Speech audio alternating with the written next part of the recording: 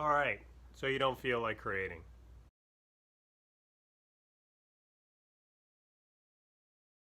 So you don't feel like creating. We're going to approach this from two different ways. I found this is very useful when working with my clients one-on-one and in the Let's Create Tuesday online creativity and writing group.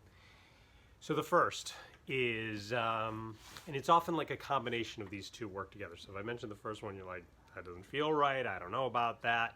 Maybe it's not right for you, but then when I mention the second one, maybe you'll see how it all plays together. All right, the first one is, I don't feel like it. We can probably say that about a lot of things in life, right? I don't feel like doing laundry. I don't feel like making dinner. I don't feel like going to work. I don't feel like picking up the kids, right? I don't feel like getting dog food or cat food. But we like the dog and cat. We like the kids. We like the paycheck.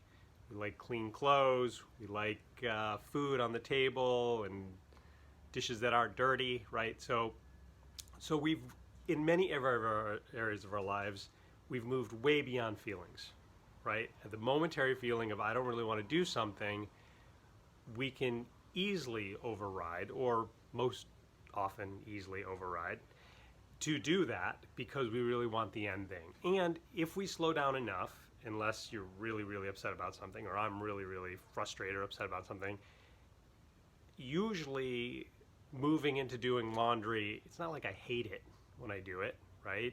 Or picking up the kids or getting dog food. I can actually, pick up another dog treat or do this, and then there can be some fun and interesting, or I don't really want to drive 2 hours to see my friends, but then I do and I have a great time hanging out with them, right?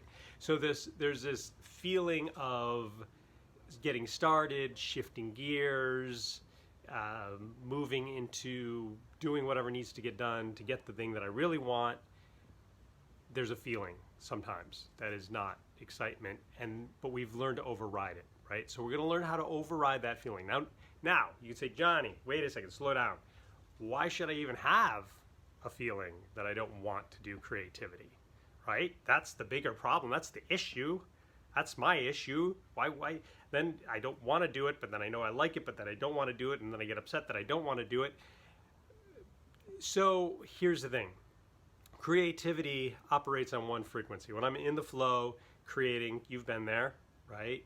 Painting, drawing, writing, poetry, novel, whatever you're up to, right? Gardening, playing guitar, you've had awesome fun times and moments, right? And then it's like, that's a frequency, that's in the flow, da da da da. Let's call it a radio station. Let's say it's like 105.3, right? Just making that up. So that's on the dial, 105.3. But non-creating and life, let's say, is 98.2, okay? So back in the day, radio station or radios had a dial, right? Nowadays, most times it's just push, in the car and all that, and you just go from 98.2 to 105, whatever I just said, and you'd be there in a second. But in the old time, there was a radio dial, right? You had to turn the dial, and you would see it. You'd hear all the different radio stations as you went along. You hear a little static. Oh, there's country music, da da da, and you get to where you want to go. So that takes time. It can be a short amount of time if you turn fast. Right now, it's with this thing of a button. But the point is, it is impossible to get to this radio station when you're on this radio station before you turn the dial, before you push the button. You would never go, I should hear that radio station first, and then I'll turn the dial to get to it. You'd be like, what? That's crazy. That's insane, right? I should hear the radio, I should hear the music and feel the song and have the beat before I push the button to get there. No, you wouldn't, right?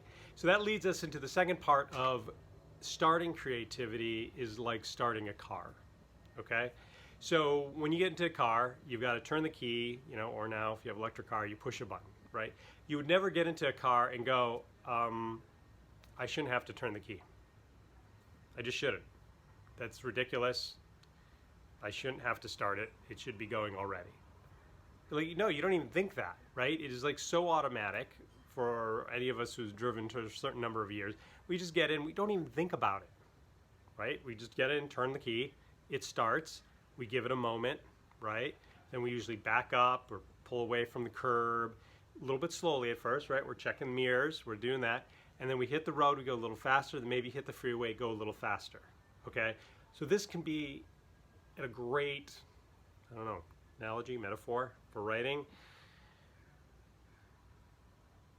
When I go to start writing, I'll use writing because I write more often than I do other creativities, or do anything, create a video, edit something, whatever I'm doing, create a course.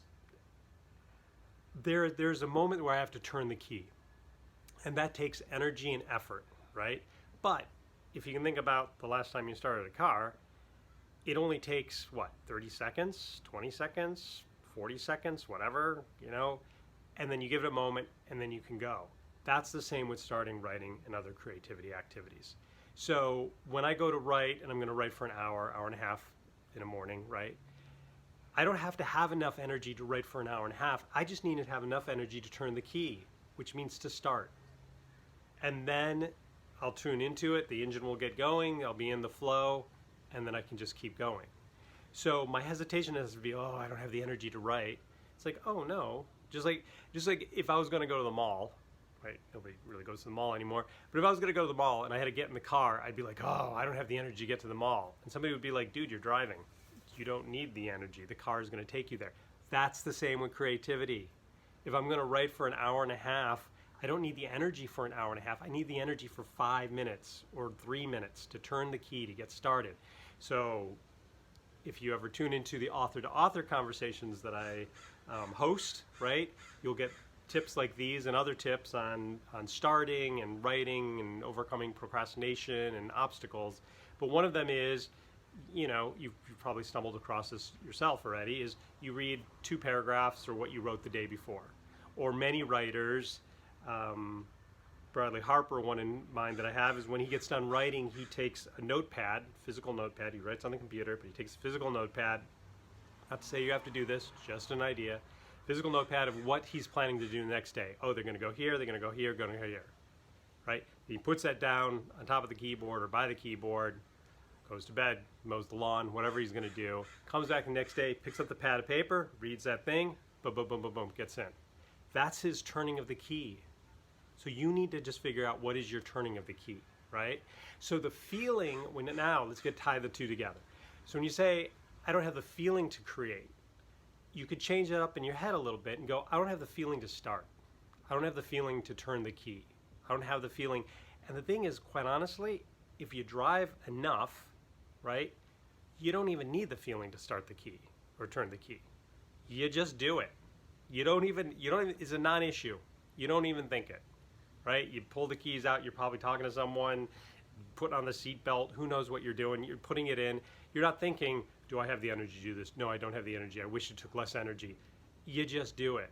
So my point of mentioning all of that is, as I've done more writing, right, and other people I've worked with has done more creating, it becomes a non-issue of starting.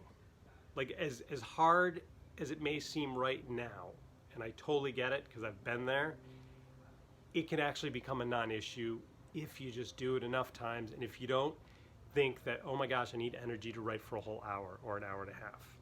I just need enough energy to start. And then you figure out what starting means for you and how to do that. So, all the best with everything. Enjoy.